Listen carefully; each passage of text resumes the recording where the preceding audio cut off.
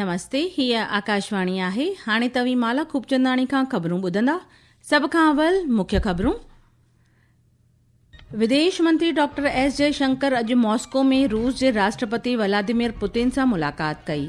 वाणिज्य ऐं उद्योग मंत्री पीयूष गोयल चयो त भारत आलमी वापार जे 75% हिस्से खे पंहिंजे दायरे में आणण वास्ते 8 खां 9 ॿियनि मुल्कनि जे मेड़नि सां गॾु मुक्त वापार समझौतनि ते ॻाल्हि ॿोल करे रहियो आहे। सुप्रीम कोर्ट JPSC इम्तिहान में गैर रीतियुनि जी CBI जांच जी घुर कंदड़ अर्ज़ीअ ते मर्कज़ खे नोटिस जारी कयो। UPI डिजिटल अदायगीअ वारे खिते में 10 साल पूरा कया। ऐं राष्ट्रीय सलामती सलाहकार अजीत डोभाल अॼु चीन जे 2 ॾींहनि जे दौरे ते बीजिंग पहुतो। हाणे ख़बरूं तफ़सीलवार ॿुधंदा। विदेश मंत्री डॉक्टर एस जयशंकर अॼु मॉस्को में रूस जे राष्ट्रपति व्लादिमीर पुतिन सां मुलाक़ात कई। इन दौरान ॿिन्ही मुल्कनि जे विच में ॿितरफ़ी वापार, आर्थिक सहकार ऐं ईंदड़ ऊच सतही बैठकुनि ते चर्चा थी। डॉक्टर जयशंकर भारत रूस लाॻापनि खे मज़बूत ऐं लगातार वधंदड़ सॾायो। हुन जनाब प्रधानमंत्री नरेंद्र मोदीअ तरफ़ां राष्ट्रपति पुतिन खे शुभकामनाऊं ॾिनियूं ऐं हुन जो शख़्सी संदेश सौंपे ॾिनो। डॉक्टर जयशंकर चयो त ॿिन्ही मुल्कनि जे विच में तिजारती वापार, तवानाई, बाण ऐं एटमी सहकार समेत केतिरनि ई खितनि में सहकार वधियो आहे। हमारा आर्थिक सहयोग व्यापार, ऊर्जा, उर्वरक, परमाणु ऊर्जा और अन्य क्षेत्रों में लगातार मजबूत हुआ है। मुझे लगता है कि दोनों देशों के बीच आर्थिक सहयोग में उल्लेखनीय प्रगति हुई है। प्रधानमंत्री नरेंद्र मोदी शंघाई सहयोग संगठन शिखर सम्मेलन और ब्रिक्स शिखर सम्मेलन में आपसे मिलने को उत्सुक हैं। दोनों देशों के बीच सहयोग की एक मजबूत तस्वीर हमारे सामने है, जिसे हम और आगे बढ़ाना चाहते हैं। इन खां अॻु विदेश मंत्री डॉक्टर एस जयशंकर ऐं रूस जे पहिरें उप प्रधानमंत्री डेनिस मंतुरोव अॼु मॉस्को में भारत रूस अंतर सरकारी कमीशन जी बैठक जी गॾियल नमूने सिधारत कई। बैठक में बाइमी वापार ऐं आर्थिक सहकार वधाइण वारनि उपावनि ते चर्चा थी। तव्हांखे ॼाणाई त डॉक्टर जयशंकर काल्ह 2 ॾींहनि जे रूस यात्रा ते मॉस्को पहुतो हो। हू जनाब रूस जे विदेश मंत्री सरगई लावरोव सां गॾु मुलाक़ात कंदो ऐं लाकाई तोड़े आलमी मुद्दनि ते तबादले ख़्याल कंदो। वाणिज्य ऐं उद्योग मंत्री पीयूष गोयल चयो त ईंदड़ वक़्त में भारत मुक्त वापार समझौतनि ज़रिए आलमी वापार जे लॻभॻि 75% हिस्से खे पंहिंजे दायरे में आणींदो। हुन जनाब चयो त भारत घटि में घटि 8 खां 9 ॿियनि देशनि जे मेड़नि तोड़े अलॻि अलॻि देशनि सां गॾु ॻाल्हि ॿोल करे रहियो आहे। हुन भारत ऐं जापान जे कारोबारी एवज़ियुनि खे ख़िताब कंदे चयो त गुज़िरियल 4 सालनि में 9 मुक्त वापार समझौता कया विया आहिनि। श्री गोयल चयो त वधंदड़ आर्थिक लाॻापा भारत ऐं जापान जे विच में तवाज़नी वापार तरफ़ अॻबरा थींदा। हमारे प्रतिनिधि मंडल में उत्तरी भारत से लगभग 80 कंपनियां हैं, पश्चिमी भारत से 68, दक्षिणी भारत से 34 कंपनियां हैं और पूर्वी भारत से लगभग 28 कंपनियां हैं। ये हमारे प्रतिनिधि मंडल की विविधता को दर्शाती है। Only to reflect that a wide diversity joined this delegation. राष्ट्रीय सलामती सलाहकार अजीत डोभाल अॼु चीन जे 2 ॾींहनि जे दौरे ते बीजिंग पहुतो आहे। पंहिंजे दौरे दौरान श्री डोभाल सुभाणे बीजिंग में थियण वारी सरहद विवाद ते ॿिन्ही मुल्कनि जे ख़ासि एवज़ियुनि जी ॻाल्हि ॿोल जे 5वें दौर में पंहिंजे सानी वांग यी सां गॾु हिसो वठंदो। भारतीय एजेंसियुनि मलेशिया में गिरफ़्तार कयल बम्बिहा गैंग सां जुड़ियल 3 फरार गैंगस्टरनि खे भारत वापसि वठी आयूं आहिनि।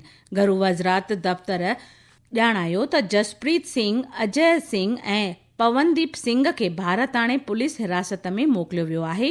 इन्हनि ॾोहारियुनि ते ज़बरन वसूली, सरहद पार हथियार, नशीले पदार्थनि जी तस्करीअ समेत केतिरनि ई गुनाहनि में मुलविस हुअण जो ॾोह मढ़ियल आहे। इन्हनि ते लुधियाना में ग्रेनेड हमले जे नाकाम साज़िश में पिणु शामिल हुअण जो ॾोह मढ़ियल आहे। श्री शाह चयो आहे त प्रधानमंत्री नरेंद्र मोदीअ जी सरबराहीअ में एजेंसियुनि साल 2026 में हेल ताईं 51 कुख्यात ॾोहारियुनि खे भारत वापसि आणण में कामयाबी हासिल कई आहे। ही ख़बरूं तव्हीं आकाशवाणी तां ॿुधी रहिया आहियो। ही ख़बरूं तव्हीं असांजी YouTube channel air news Gujarat ते पिणु ॿुधी सघो था। वधीक ख़बरुनि जी तफ़सील जे लाइ तव्हां असांजी वेबसाइट newsonair.gov.in खे फॉलो करे सघो था। सुप्रीम कोर्ट झारखंड गडियल सिविल सेवा शुरूआती इम्तिहान में मुबाइना गैर रीतियुनि जी सीबीआई जांच जो मुतालबो कंदड़ अर्ज़ीअ ते मर्कज़ ऐं झारखंड सरकार खे नोटिस जारी कयो आहे। मुख्य जज सूर्यकांत, जज जॉय माल्या बागची ऐं जज वी मोहना जी बेंच मर्कज़ी सरकार, झारखंड लोक शेवा कमीशन ऐं ॿियनि वाबस्ता पखनि खां जवाब तलब कयो आहे। अर्ज़ीअ में बेरियाव ऐं आज़ाद जांच वास्ते मामले जी जांच राज्य खां सीबीआई खे सौंपण जी घुर कई वई आहे। ईडीअ गोवा में डिजिटल अरेस्ट जे हिक मामले में वाबस्ता नाणे जी हेराफेरीअ जी जांच जे सिलसिले में 2 माण्हुनि खे गिरफ़्तार कयो आहे। ॾोह मड़ियल आहे त साल 2025 में हिक शख़्स खे डिजिटल अरेस्ट करे 2 करोड़ 60 लख रुपयनि खां पिणु वधीक जी रक़म अलॻि अलॻि बैंक खातनि में जमा करण जे लाइ मजबूर कयो वियो।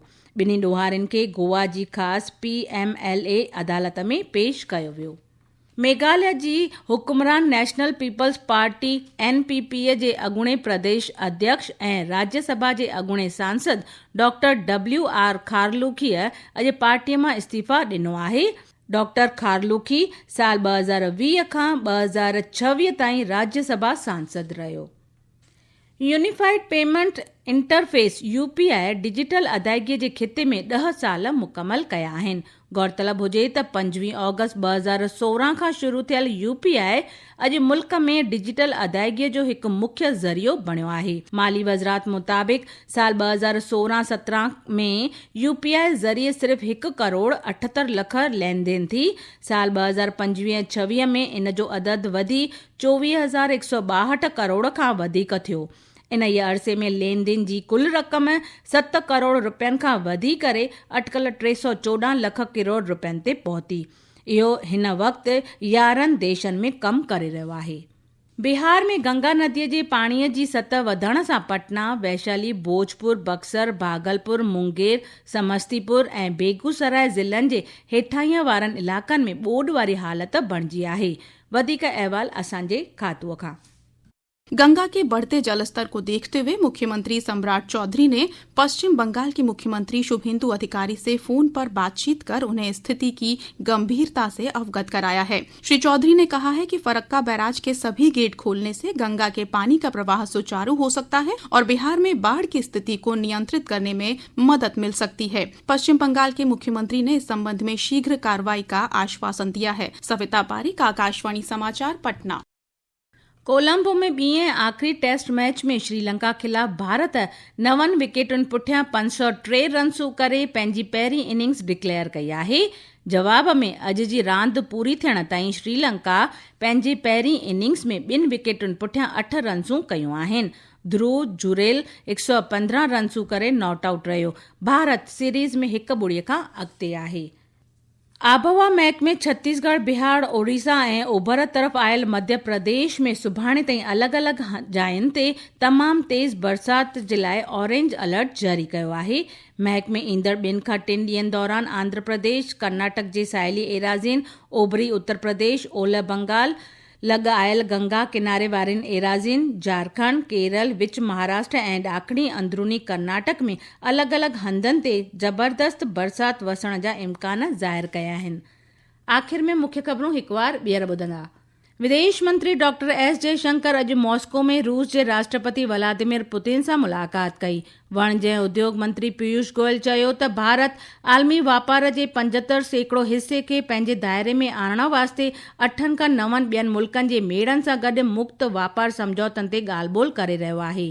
सुप्रीम कोर्ट JPSC इम्तिहान में गैर रीतियुनि जी CBI जांच जी घुर कंदड़ अर्ज़ियुनि ते मर्कज़ खे नोटिस जारी कयो। UPI डिजिटल अदायगीअ वारे खिते में 10 साल पूरा कया ऐं राष्ट्रीय सलामती सलाहकार अजीत डोभाल अॼु चीन जे 2 ॾींहनि जे दौरे ते बीजिंग पहुतो। इते ख़बरूं पूरियूं थियूं। नमस्ते।